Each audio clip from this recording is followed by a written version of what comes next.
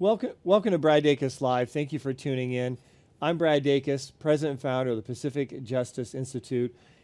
On today's show, we're going to address head-on the tyranny taking place among the big tech companies that are censoring speech because they don't like the Christian, biblical, or conservative worldview. We're going to interview someone in the second half of the show with an interesting background, which in and of itself is a story, but it's someone who has been censored.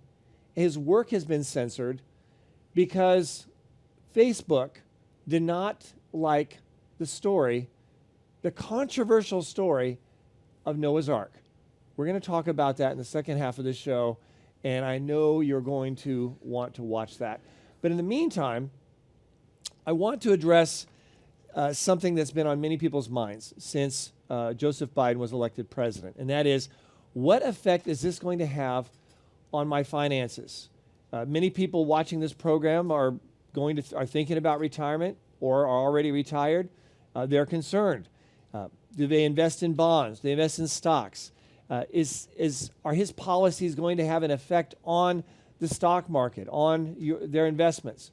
These are real questions. We're going to talk about that with a specialist on the program, as well as a nice golden egg towards the end, which is a new means by which a large group of people can have something much better than a 401k, a Roth, or an IRA. It's something called a 403b9, and the odds are 99% that you've never heard of this, but we're going to talk about this and how many out there and people you know can take advantage of this, which in and of itself, I believe is going to be a fantastic resource for this program for you to take note of. So with no further ado, I want to welcome to the show Dr. Guy Baker. Now, Dr. Baker, I'm going to call you Guy probably in this show. That'd be much better. Because I've known you for a good long while, and I've worked with you before. So I wouldn't know who you meant if you said doctor. Okay, gotcha. Well, you're a humble man, but you got your you received your undergraduate degree in economics at Claremont McKinney College, and then you received your MBA at USC, University of Southern California. Very nice. Yep. They have a very, very respected MBA program. But then you got your PhD in wealth management. And in fact, you served as president of a very prestigious international global investment organization. The $1 Million Roundtable. $1 Million Roundtable. So you've got quite a resume behind you. And I want to be right up front with the audience as far as my interactions with you. You also manage the funds for Pacific Justice Institute, our reserve funds that we use to fund our litigation. We have chosen you to manage those funds. And I'm very appreciative. Yes. And you have a heart for our ministry and what we're doing. I appreciate that tremendously. Sure. People may be wondering how it is that we chose you. And what I did is I talked to about a half a dozen wealth investment managers in Southern California. And I asked all of them a lot of questions, and then I always asked them the same question. I said, now, if I didn't choose you, who would you recommend for me to choose? Every single one said Dr. Guy Baker. Every one of them. Pretty amazing. Yes. So I'm probably making you feel uncomfortable at this point because you're a humble man, but I want people to understand that you're just not a person off the street. You're someone with a very much a Christian biblical worldview. True. And that's a whole nother topic, but I'll just have to take my word on it. And then, but someone also with the keen expertise to really understand the macro and the micro. So we're going to talk about several things today. One is I want to talk first to let people know where we're going here. We're going to talk about where we are with regards to Biden and his impact, what he's going to do possibly in terms of policies and those impact of those policies on investments and our country as and individuals as a whole. Then we're also going to talk though about alternatives that many people may not be aware of that they maybe might want to take a look at in view of the situation that the bond market is in and potentially the stock market may be in because of some of these policies in the weeks and months ahead. And then finally, we're going to talk about the big gold egg I mentioned already, the 403b9, that people will definitely want to be aware of. and we're going to mention where they can get a hold of that information later on. So we have about an hour for this? No, I wish we did. We've got just the first segment. Oh, okay. So I'm going to get right into it now. And the first question is Biden going to advocate the actual raising of taxes, and what are we looking at if he, for example, raises corporate rates? So I think it's been made pretty clear, even in these first few days with his executive orders, that he plans to push a social justice agenda. And you might think social justice only relates to culture, but it also relates to economics.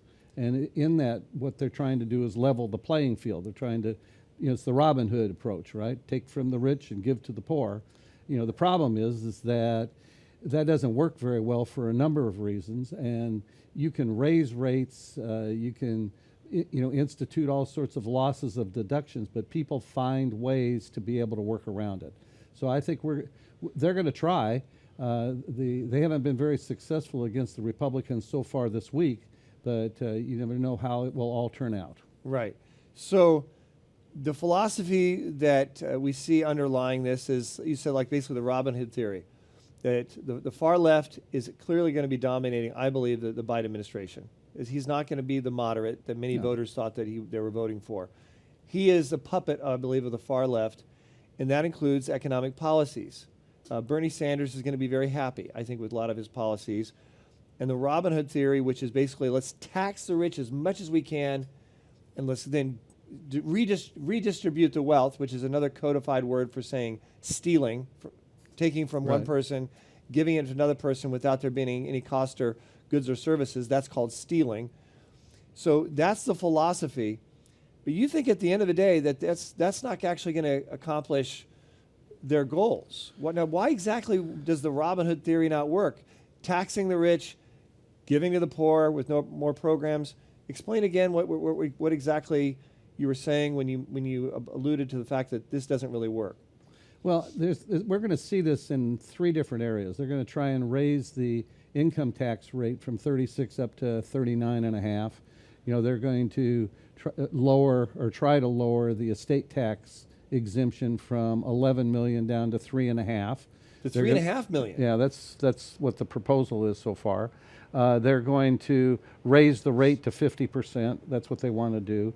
They're going to do it, and the real insidious thing that they want to do is they want to tax capital gains on any assets that are sold even after they're passed, whereas right now you get a step up in basis and the income tax goes away. And then regular capital gains, anything above $1 million, they want to tax at ordinary rates. So regular capital gain, you went sort of fast for me here. Sorry. You PhD people, you got to remember, we're not all PhDs. So I want to go back to, you said 50% of the state tax. Let's go back to that. Right. So the 50% tax rate on everything above 3.5 million. Okay. So if you got 10 million, that's 6.5. So 50% of 6.5 is 3,250,000. So that would be what the tax would be. So you have a family farm. Yep. That say it's worth a few million, say it's worth 5 million or something like that.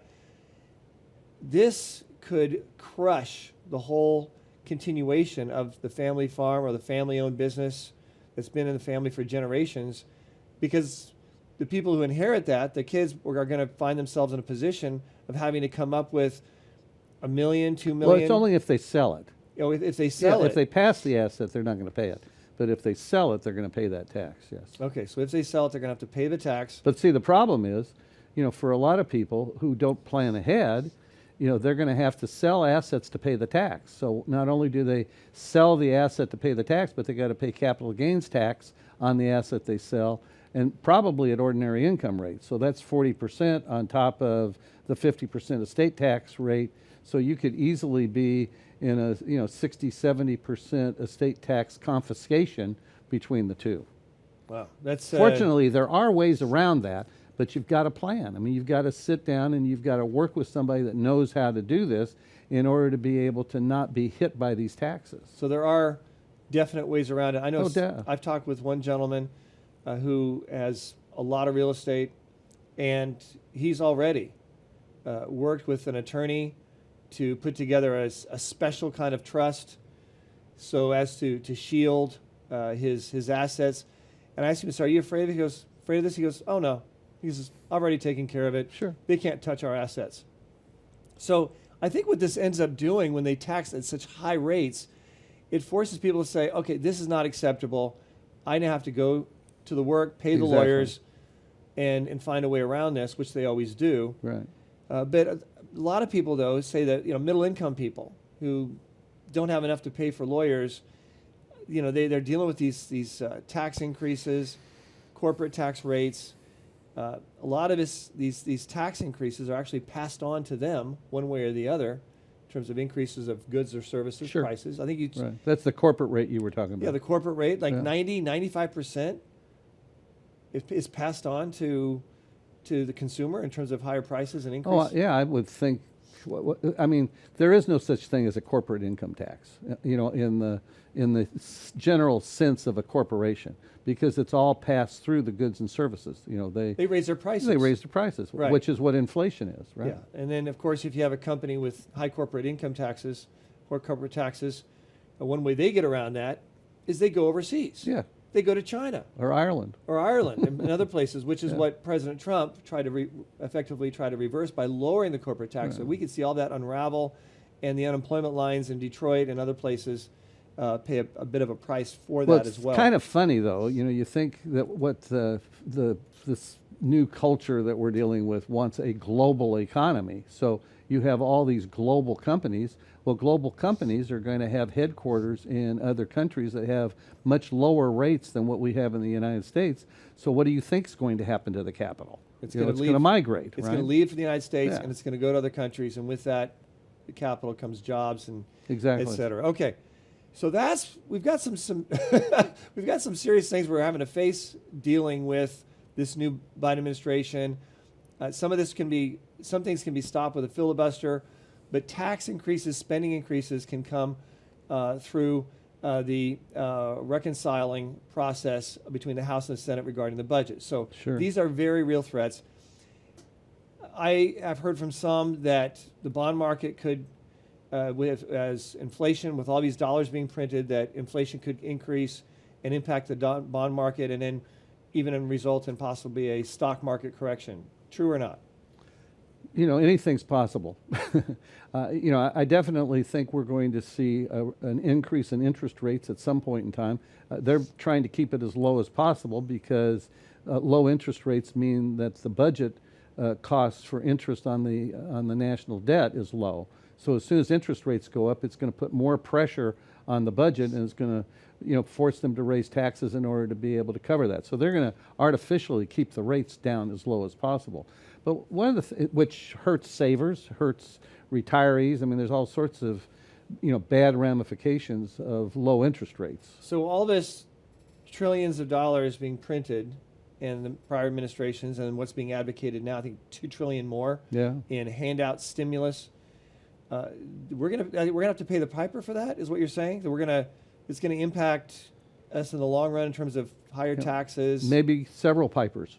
Okay, so there's a big price to be paid for that. Yeah, I mean, a tax increase is inevitable simply because we've basically mortgaged the future, and if the longer you ignore it, the bigger the problem becomes. Right, and it looks like we're going to be facing some serious issues, which could impact the bond market in a major way, the stock market in a major way, at least in the short term, intermediate term.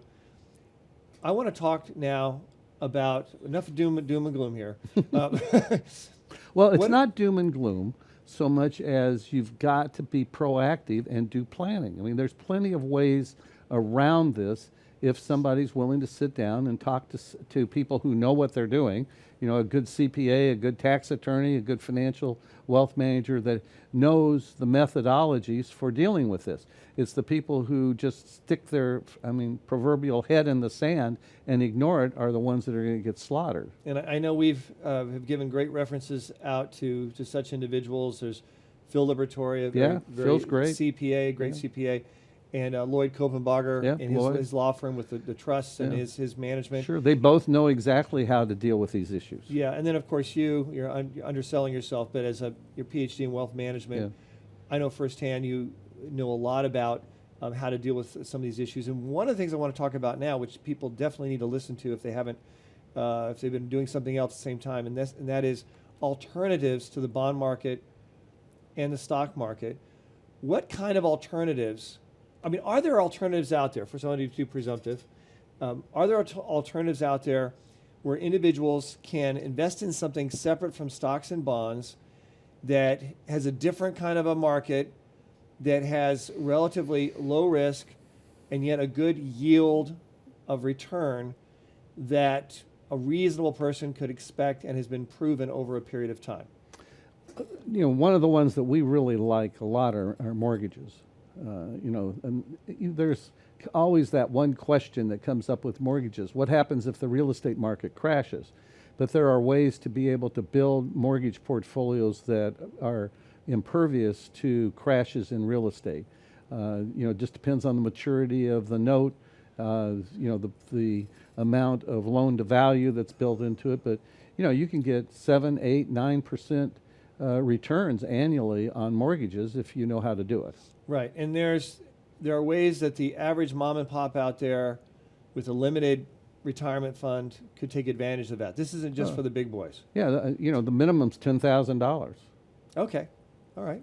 So that's a definite vehicle, is investing in mortgages. And I know firsthand that you're very familiar with some excellent vehicles to do that are very proven and established and have billions of equity built in. We're diversifying our bond portfolios for our clients who want to do this with first trust deeds, yes. So they're not just, so the traditional portfolio, which has bonds and stocks, you're taking part of that bond portfolio and putting that into mortgages, which is a different animal for purposes of income and risk. So, right, and there's different ways to do it. You can be, one-on-one with the mortgage, or you can be in a pool of mortgages. Okay. What's another alternative that people could be looking at? Well, one of the alternatives that we've been using with retirees especially are Treasury inflation-protected securities. So these are bonds that where the income inflates with the cost of living. So, it's possible to get, over a 15-year period, you're going to get your principal back along the way, but on top of that, with the inflation-protected return on top of that, you can get a 6-7% cash flow off of that. Okay. What else? Well, those are the two I like the best. I've not been too keen on any of the other things that I've heard about. Okay, so I guess under mortgages, you include in that, say, a fund that invests in, say, short-term lending to, say, like a residential development and other developers. Right. That well, that's where you'd be one-on-one. Right. Where you'd actually own or have a lien on a single piece of property. Right. But then you could be in a fund that would be having first trust deeds on large buildings and apartment houses and what have you. Right. Now you're not going to get as good a return on those, but you have more liquidity. Okay. And so there's a number of different even vehicles people can diversify into on that category of mortgages. Okay. Yeah. Now, this is the golden egg. You sound like a finance major. I was a finance major undergrad, so that's my confession. There you go. And so I confess. Now, I want to talk about the golden egg I mentioned earlier. Golden egg. And folks, if you want to take advantage of the golden egg, we're going to give out that information. I'll tell you right now, ahead of time. You can contact Pacific Justice Institute at 916-857-6900. We're going to have available also on our webpage an explanation of this golden egg and how people can make contact with individuals to take advantage of it, i.e. yourself. But what is, we've heard of 401ks, 403bs, which are for nonprofits, IRAs. This new vehicle, 403b, what is it, and what's the difference between a 403b and what many people are invested in, which is a 403b9 and a 403b, sure, or the other kind of investments? So if you take a step back and you look, the government allows people to put money away pre-tax from their salaries, right? So in the for-profit world, it's called a 401k. In the not-for-profit world, it's called a 403b, and you can even have 401ks in that world. What a 403b9 is it's a program specifically set aside and designed for churches and church-affiliated organizations. So if it's a church-controlled organization, it can qualify for a 403b9 just as well as a church can. And the thing that really differentiates the 9 from a regular 403b175 is the fact that there's no ERISA rules, so there's no reporting, and there's no vesting rules, and there's no participation rules, whereas all of the other plans come under ERISA, which is every great idea that never worked or something like that. But anyway, so with that, you've got all this reporting and testing, and you can only put in a certain amount of money based on what everybody else puts in. But if you're a church, you don't come in under those rules. Okay. So as a result of that, you can design very effective plans to help compensate the key people within that church or that ministry organization.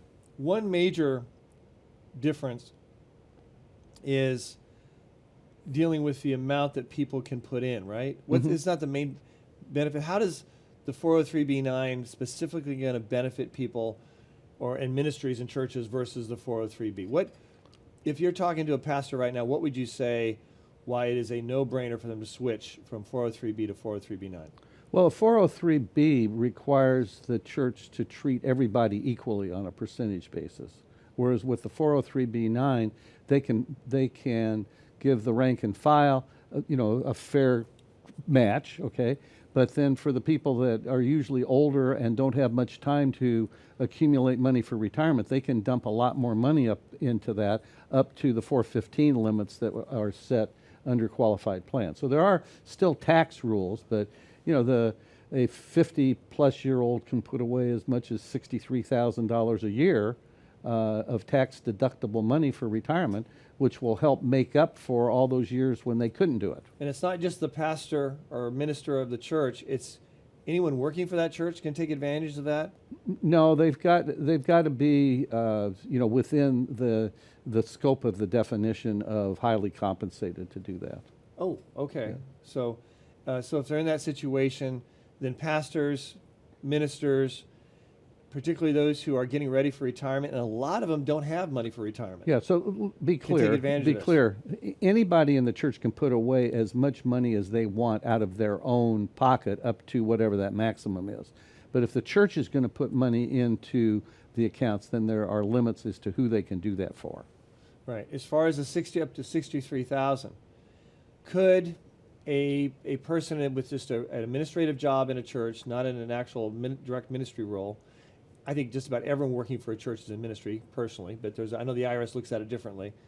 So let's say John, assistant administrator, who deals with the electrical equipment of the large church. Okay. Well, they can deduct from their salary as much as they want to do. If the church wants them to put in more money, they can increase his salary and have them put it in. So what's the limit that they can put in? 19,000. 19,000. But 25 if they're over 50. Okay, but 25 if over 50. And then for that pastor or minister out there who oftentimes has not been saving for retirement, Right. they just say, well, they think they're just going to just work their way to the grave and just minister to the grave. Reality is there's a point where they often reach where it's a hindrance for the church for them to continue because they get, their skills and abilities to communicate and minister can be diminished with time. Right. Those individuals can really benefit from this 403b9 program, people who are pastors in senior ministry positions with the church. That's right. Okay. Now, as far as the average person in church out there, let's say there are people in that church that are not even going to collect Social Security because they've opted out of Social Security, so all of the church resource can go into the church and the ministry.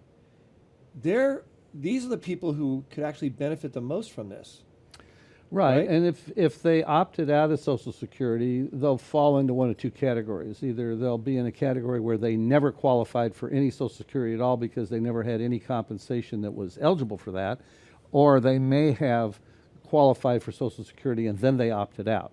But either way, if they want to build up their Social Security, it is possible for them to have a compensation program that's outside of the church that would allow them to have income where they would pay Social Security. So just because you're out doesn't mean you have to be permanently out, but you have to do some planning to solve that problem. But irrespective of those people who don't have Social Security, they're going to lose a pension of $25,000, $30,000, $40,000 a year because they're not in Social Security. So that needs to be made up. 403B is a great way to do it. Yeah, folks, I'm just going to say very directly and very clearly, if you're part of a church, you should find out if your pastor has a pension program of some kind. You don't have to go into the details with them. You don't have to ask about the numbers. But if not, and even if they do, let them know about this great resource, this 403B9 program that is there. It's available. It will allow them to prepare for retirement, avoiding taxes, and probably one of the most productive, effective ways possible. Would you agree that probably, what percentage, I'm going to ask you an open-ended question. What percentage of the senior pastors out there do you think are aware of the 403B9 option? Well, I think you have to add another component to that, which is housing allowance. And I would say, upwards of 80 to 85% of the pastors have no idea that they can get housing allowance in retirement. Right. Okay. In retirement. In retirement. It stops if they don't do the proper steps that they have to get in order to be able to take it in retirement. So they're putting this money in their 403B, and they get to retirement, and now they pull the money out, and they have to pay taxes on it where they had housing allowance before that. So they need to do planning in both areas. They don't know about the 403B9 that you just mentioned, and a large percentage of the churches have no clue about that, and they don't have a clue about the housing allowance. So those two things combined would dictate, in my mind, that every church ought to be asking themselves the question, do we know how to do this, and are we doing it correctly? Right, and you say housing allowance after retirement, after they're retirement. No longer being right.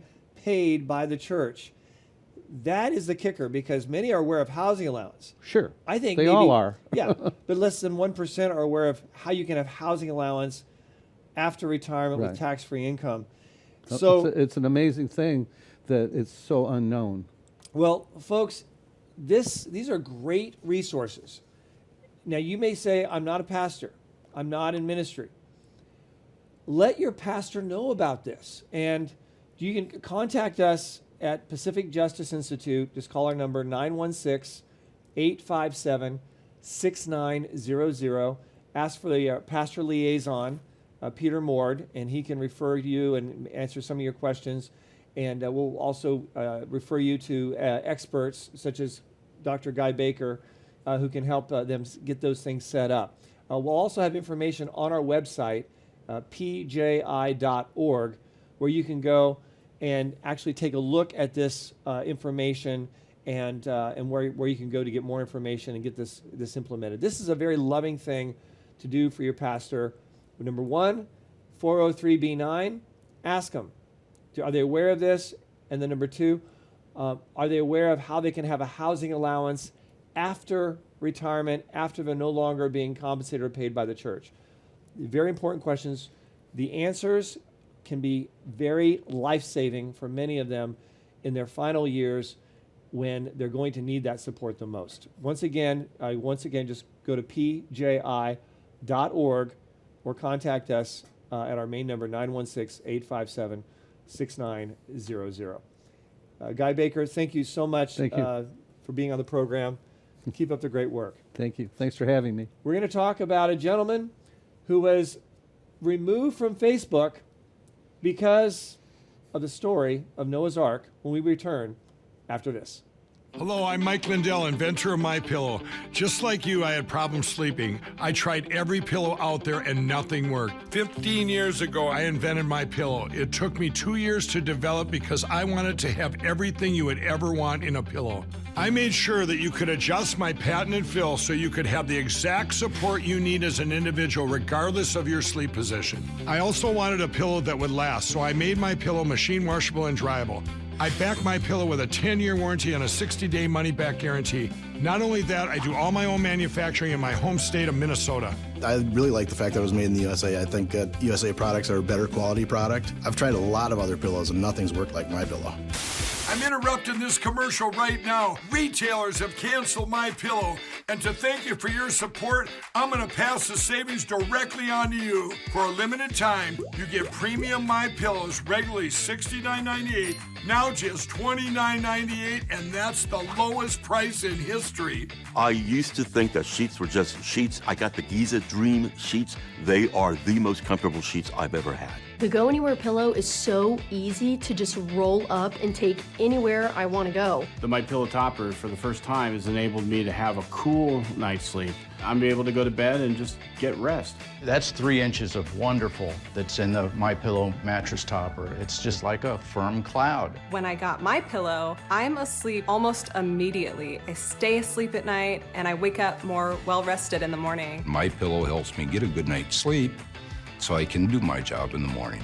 Go to MyPillow.com right now to get deep discounts on all My Pillow products. For example, you can get my premium My Pillows, regularly $69.98, now just $29.98, the lowest price ever. For the best night's sleep in the whole wide world, visit MyPillow.com. Welcome back to our show. I'm Brad Dacus, president of the Pacific Justice Institute. We have with us now on the program an individual that we are representing in a very important matter involving Facebook. This gentleman is Davey Liu. Yes. Davey, welcome to the program. Thank you, Brad. Now, Davey, you have an interesting background. I want people to understand who I'm talking to first off. Okay. You are someone who used to work for Disney's animated film division, and you weren't just someone who got water to the artists. Yeah. You were an artist. Yes. And are an artist, That's but you're an right. artist for Disney for a number of their wonderful films, including The Lion King, Beauty and the Beast, Aladdin, Mulan, Star Wars. Yeah. Okay, so you've had been actively involved. You have a great talent of elevating kids' imaginations. Yes.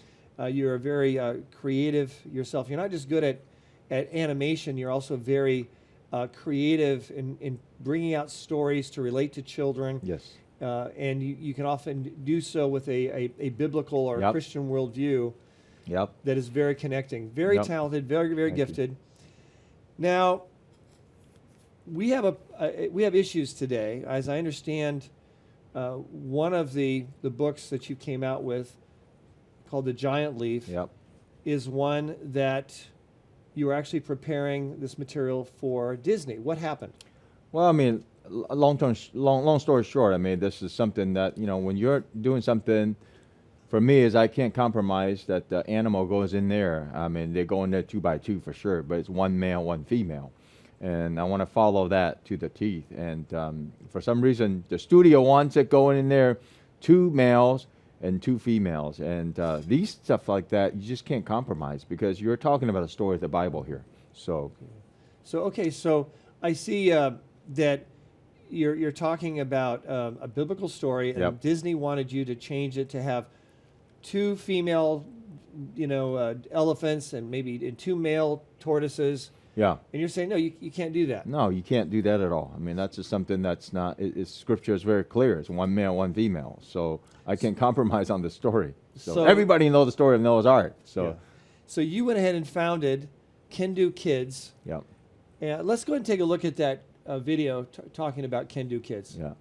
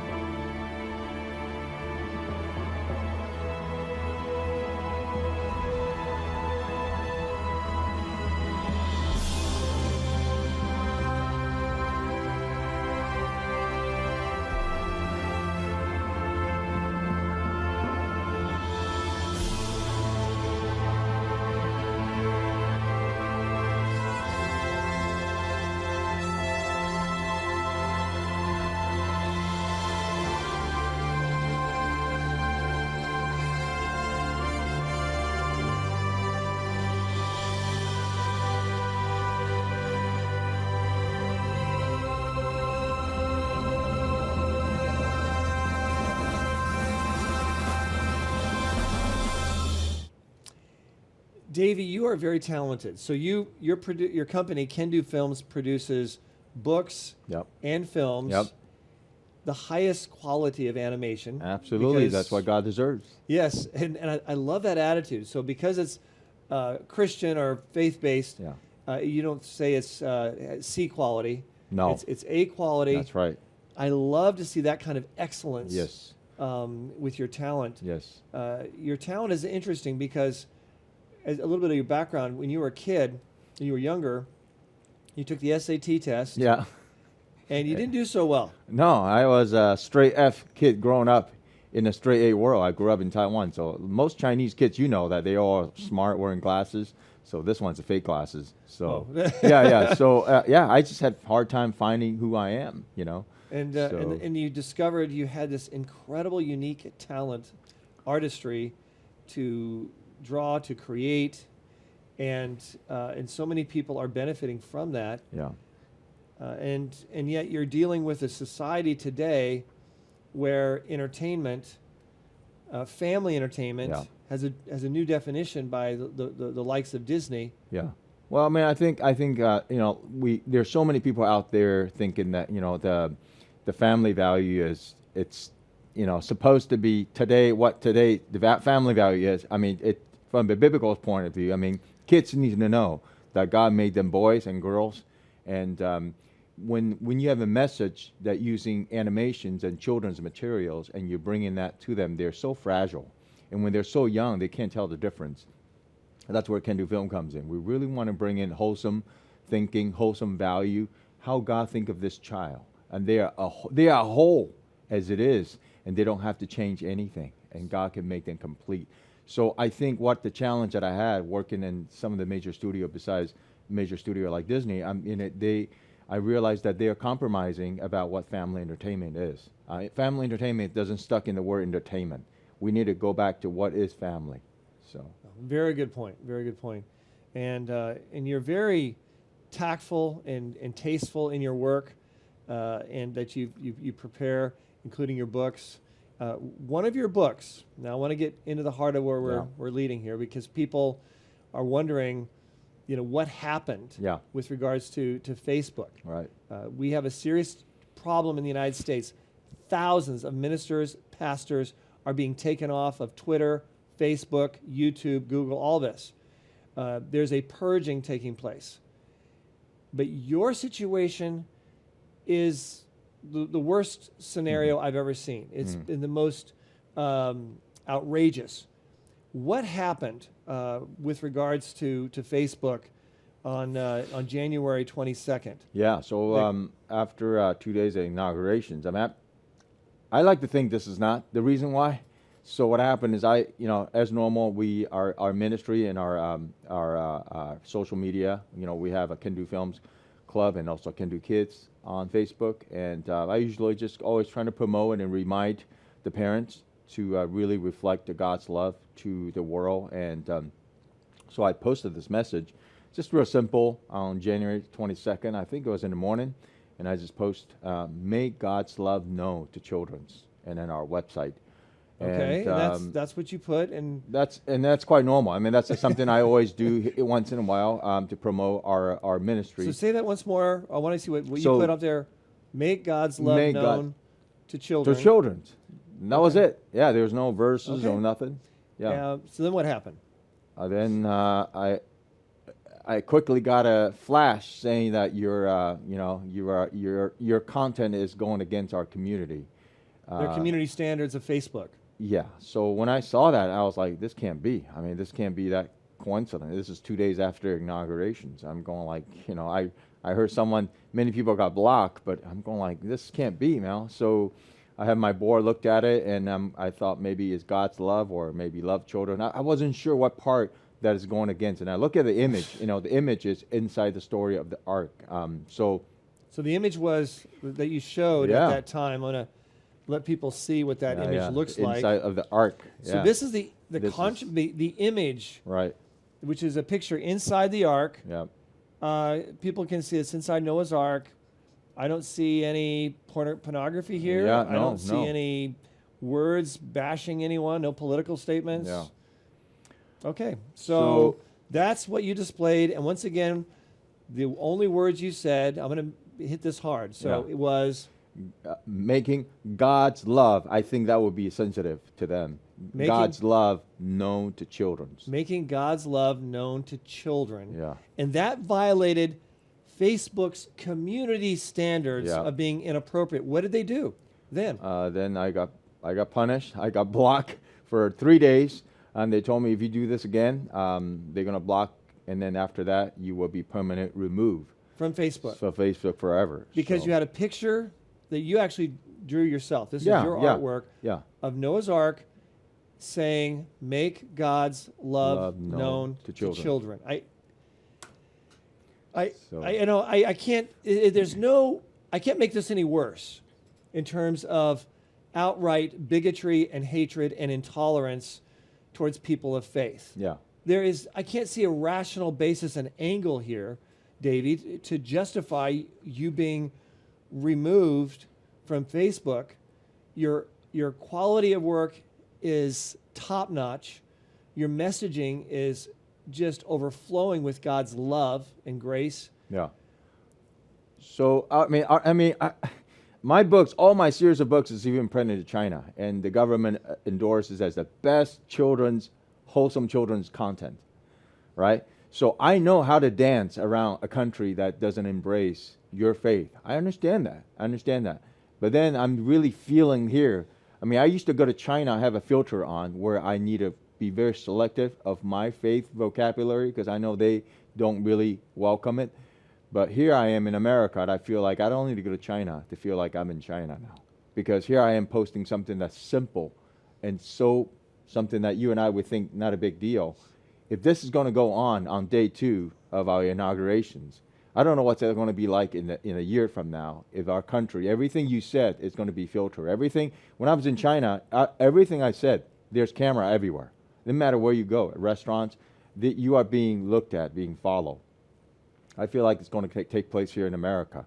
And especially we are so strong about putting content that is wholesome so kids are not being attacked by these things that is not being filtered. So I know our chief counsel, Kevin Snyder, yeah, at the Pacific Justice Institute is working with you. Yes. And that we've are sending a letter to Facebook Yep. On your behalf. Thank you. Hoping to get them to see the error of their ways. Yeah. But I see this, frankly, Davey, as a poster child for the need for reform by Congress Yeah. to say enough is enough. Yeah. This kind of outrageous, bigoted discrimination and purging has got to come to a halt. And I think it's interesting, in particular, is the fact that Twitter is being sued by reportedly by a 16-year-old boy. Yeah. When he was 13, there was a picture of him, of his personal area, that was taken by an older person. This was put out on the internet, on Twitter. He asked Twitter, please remove this. Wow. Twitter says, we will refuse to remove it because this meets our community standards. Oh, wow. Perfect opposite. Yeah, child pornography meets Twitter's community standards. And then this 16-year-old had to contact the Department of Homeland Security and the Trump administration to get Twitter Yeah. to remove this pornography of this minor boy Wow. from their distribution. Over 160,000 people had seen it. It'd been sent out and shared by over 2,000 other sources and entities Yeah. that we know of. So Yeah. that's the twisted, sick, perverted mindset that we see coming out of Twitter. Folks, in saying this, we may have pushback. They may decide to take us off Twitter, take us off Facebook. We may be purged. But we can't let that fear of the big bullies stop us from pointing out and calling them out for the tyranny that they're engaging in right now. And we need to get on the phone. We need to talk to our congressmen, our House, the congressmen or senators.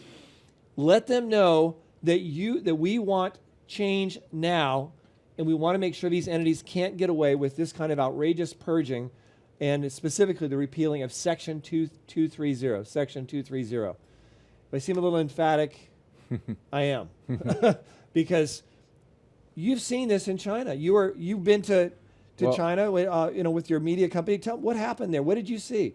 Well, I mean, in China, I mean, like I said, I always know. I've been there for years. Like I said, they love the creative content. They just don't like to having you too overt on your faith, and I respect that. They always explain to me, these rules.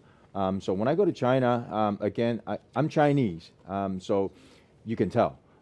So I show up there, and I mean, you can have faith, you can have a personal faith, but when you are using your industry to influence and then to start, reveal your faith, they have a problem with that. They have a problem with that. And I noticed that here, I feel, man, I don't need to go to China, right? I mean, it's the same type of thing. It's where, when you have a different agenda and your faith is number one first before your Americans, I think that's going to be a problem. So this is still real new to me. I am still a little bit unsettled. My board members are very concerned, and we are definitely going to make a voice sound with Brad and Kevin, because we cannot let them know that they're untouchable. You can't. I mean, this is America. Right. So and I will say to people out there who are saying to themselves, "Oh well, it's no problem. Just file lawsuits." The problem that we're dealing with here, Davey, as you know, is that this Section 230, that's only been around for a few years, gives them the immunity to basically censor whatever they think, whatever Facebook or Twitter or YouTube thinks is objectionable. So it's not just allowing them to take things off that are obscene or harassing. Yeah.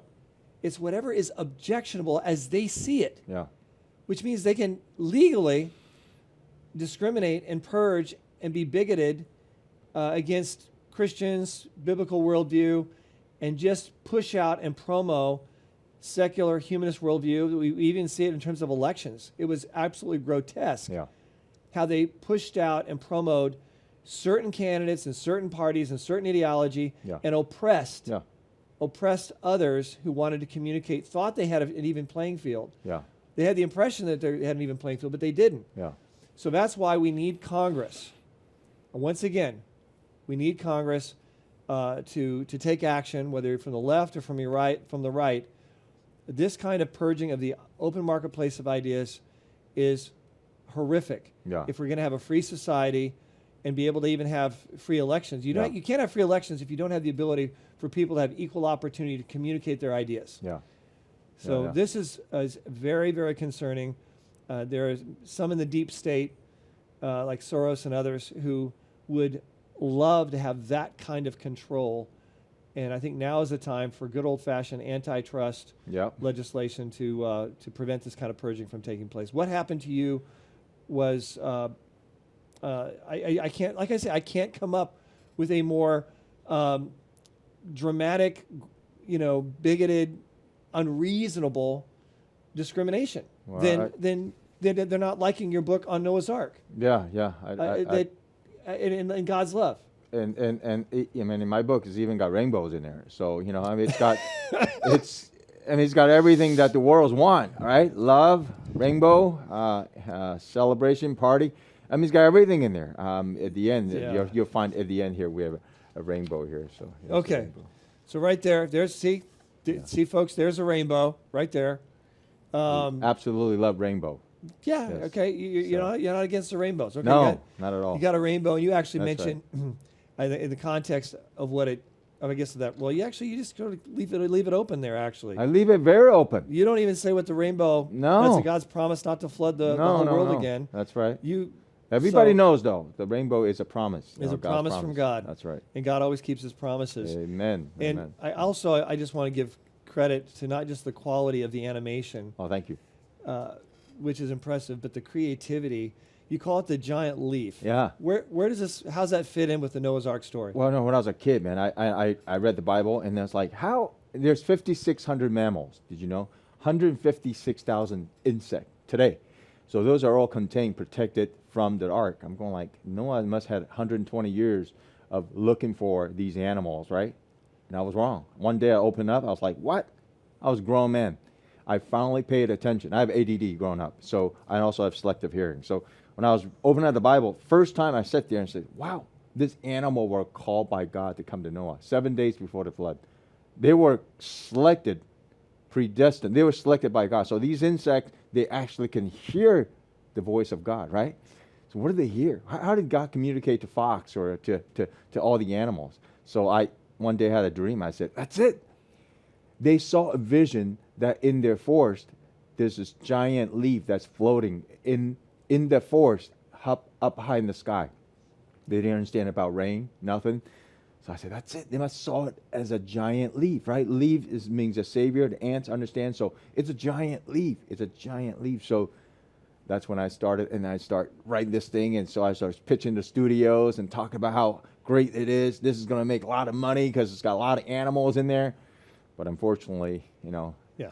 I had much challenges. Yeah. Now, for people out there who are looking at this and thinking, okay, this theologically doesn't, I don't think that's right. I don't think animals saw a vision of a leaf.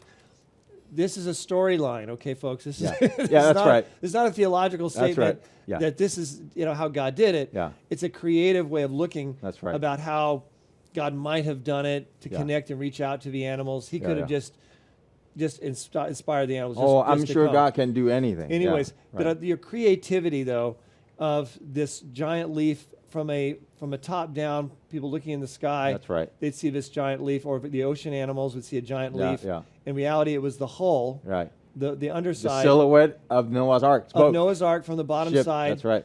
And that kind of a twist Yeah. is just very indicative of your creativity to make stories like this interesting. Well, kids love imagination and creativity. So our goal is, and all the animals went inside, found their name, carving wood. It's like, wow. Even the animal eater, they call it Noah's Ark animal eater because they ate all the animals, and they went inside. All the animals specifically found all their name in the stove. So that reflects that your name shall be written in the book's lamp of life. Yeah. When you go to heaven, don't be surprised, right? Like, Yeah. wow, even God expect me? Absolutely. He Yeah. knew who was going to come to heaven. Yeah, and you have a number of other books here. You have Yeah, I have a lion perspective of Daniel. This is so it's called the Royal Feast. Yeah. The lion perspective of Daniel. that's right. Okay. And this is Jordan's guess is an animal perspective of Jesus. This is a Christmas and Easter all together. Okay. Yeah. Okay. Very good. Animals perspective of Jesus. This is firefish. This is a fish perspective of Moses parting the Red Sea. Really? Yeah. One day they were being chased by the great white, and then the little fish made a little simple. I don't call it prayer. I call it to the fin maker. It says, dear fin maker, could you please put good fish on one side and bad fish on the other? Instantly, the ocean parted in two. So, Okay, that's an interesting. And then this is the newest one. Enchanted Tree is about the animal perspective of Garden Eden. This is a tree, good and evil. So okay, there it is. that's Yeah. the animal perspective guardians. Yeah. What I think is I like about this also is that it sort of opens us up to the complexity of God, and oftentimes we see a storyline. Yeah. And we forget, I think when we get to heaven, we're going to see multiple other storylines branching Absolutely. out in different ways. Absolutely. Not that we're going to see fish talking about how God parted, No. Yeah. but just the idea, though, that that God is so complex, not in our lives, Yeah. in real ways, Yeah. that in the lives around us, we may have X, Y, and Z happen to us, and how we respond, we may see later on how that had an impact on other people here and this and that, which impacted X, Y, and Z. Yeah. And so it's, I think it's great to use the creativity of children and the imagination to have that kind of opened up mindset to how complex and how creative God can be. I mean, obviously, God's extremely complex. But remember, Jesus came out here. He talked 57 parables, right? And the disciples like, stop telling us baby story, preach commandments to us, give us some heavy duty stuff. But Jesus always brings something that's so complex. He made it simple into an allegory where kids today still remembers, the prodigal son, for example. Now, you came to Christ. When did you become a Christian? When I was a Christian in Taiwan. I grew up in Taiwan, and my dad was a Christian, and I grew up in a Christian home. So, but I really became a Christian when I grew up in Florida, near Lee Drown in Cocoa Beach. And for some reason, my life is always surrounded with oceans. A big part of it because my Chinese name has a lot of water in there. So I nearly drowned in Cocoa Beach, and I was in college, and that's when I decided, this is God's for real. I mean, I gone through something miraculously happened. I should have died in Cocoa Beach, but God saved me. And ever since then, I began to take God seriously. And I remember that, the Bible says if you take God seriously, God's going to take you seriously. Yes. So ever since after I graduated from art school, that's when God just gave me this amazing found it in myself. I thought, only Chinese guy, never made a straight A, but God gave me a gift to draw a straight line. So what a wonderful journey. What a journey. And God makes us uniquely created for His glory and for His pleasure. Right. Yeah. We're not, it's not because of the group we're a part of. That's right. He sees us individually. Yeah. And deals with us uniquely, individually. Yeah. Which is very different from the mantra that we're seeing from the far left in our society today, which is trying to separate us in groups instead of seeing us as the value of our humanity as individuals. Folks, if you want to receive information about this story and about his works, just feel free to go to our website to click and have access to this kind of wonderful resources, these films and books, so you can use those. I salute you in the work that you're doing. Thank you. And also, don't forget to let your voice be known, to let your voice be heard by those who can make real difference to change the tyranny that we're seeing by these big tech companies. This is just a small slice of the tyranny that we're seeing on a massive level. That's right. And unless they're brought down, and unless they are required to operate on the same rules as all the other businesses and publishing companies, that's right, we're going to see this kind of tyranny, I think, go on and on and on. Yeah. You've done great work. Kendu Kids is your company. KENDU Kids. Yep. The animated artisan behind so many great works: The Lion King, Beauty and the Beast, Aladdin, Mulan, Star Wars, and now wonderful works and pieces of art that I think is going to be a real blessing. Thank you. Whether Facebook likes it or not. Amen. Thank you once again for being on our show. Thank you for being on the show. Keep up the great work. Thank you. So, folks, there you have it. It's our God-given freedoms we're talking about. Now, let's choose to keep them. I'm Brad Dacus, president of the Pacific Justice Institute. Let's continue the fight for your freedoms.